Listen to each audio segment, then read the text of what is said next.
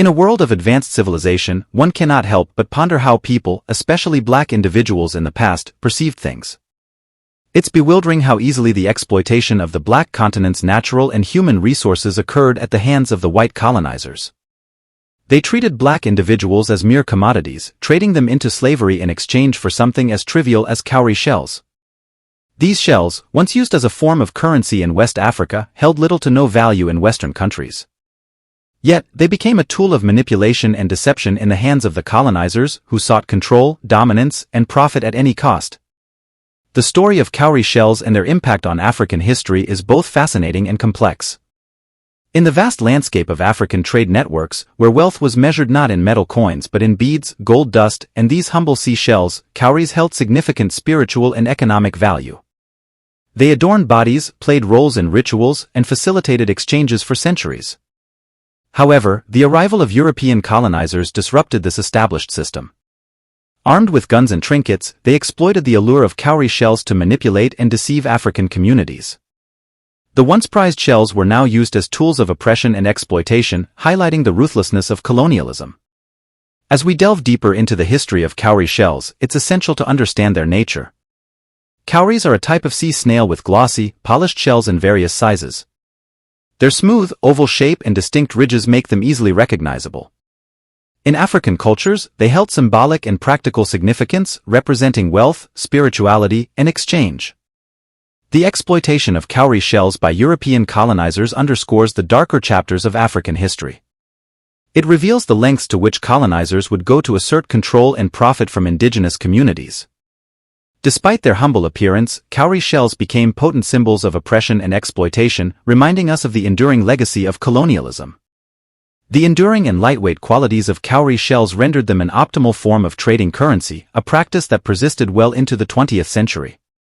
With two main varieties, the Cypra monitor and the Cypria annually, these shells possessed all the essential features of a currency: durability, convenience, divisibility, and easy identification. Unlike perishable food items or fragile feathers, cowrie shells could withstand frequent handling and transportation due to their consistent size and shape. They could be easily counted or weighed to determine their value, making them ideal for trade. Throughout Africa, Asia, Europe, and Oceania, cowrie shells were traded for goods and services as early as the 14th century. Along Africa's western coast, in particular, these shells gained popularity for their portability, durability, and standard weights, making them excellent currency. King Gazo of Dahomey, now modern Benin, even expressed a preference for cowries over gold due to their reliability in transactions. However, such a preference may seem ignorant in hindsight, as gold holds far greater intrinsic value. Imported primarily from the Maldives, cowrie shells were sourced from sea snails native to the rocky shallows of the Indo-Pacific tropical waters. Despite their humble origins, cowrie shells held significant cultural, economic, and ornamental significance across various societies. They were widely used as currency, particularly the Monearia moneta variety, which became associated with the Black Continent.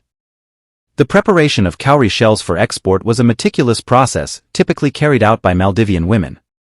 After harvesting the shells, they were cleaned, polished, and made ready for export, a process that could take several weeks. Historically, cowrie shells were used as currency in ancient Egypt, gaining further prominence through the slave trade, which introduced vast quantities of Maldivian cowries to Africa. The use of cowrie shells as currency dates back centuries, with historical records indicating their circulation in West Africa as early as the 14th century.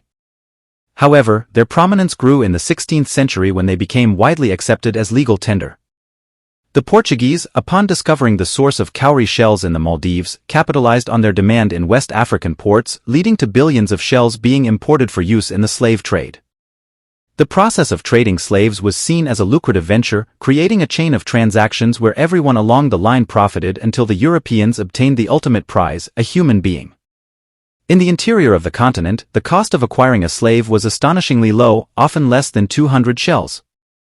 These individuals were then passed through a series of buyers as they made their way to the coastal regions. By the time they reached the coast, their value had skyrocketed, exchanged for thousands of shells. This process highlights the inherent cruelty and exploitation involved, where human lives were reduced to mere commodities. Contrary to popular belief, those transported across the Atlantic were not just used as laborers, some were also exploited for their knowledge and skills, which were lost to their birth regions. The price of enslaved people, quoted in cowrie shells, constantly increased throughout the transatlantic slave trade era, reaching exorbitant amounts by the 18th century. The sheer volume of cowrie shells circulating in the West African economy was staggering, reflecting their significant role in trade and commerce. Unfortunately, in a society where human beings were bought and sold, reverence for human life diminished to such an extent that inanimate objects held higher status than slaves. Moreover, the demand for cowrie shells surged in the 16th century, becoming essential for acquiring social and political status across Africa. These shells symbolized power, prestige, and wealth, serving as a means of payment for various goods, services, and obligations to political authorities. Cowries were also utilized to compensate laborers during the early colonial period in Uganda. British officers received a daily allowance in cowries to procure provisions in local markets, despite receiving their salaries in European currency.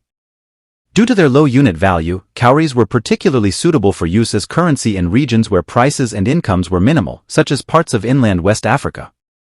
Even amidst colonization, exploitation, and extortion by the whites, many black communities maintained a sentimental attachment to cowrie shells.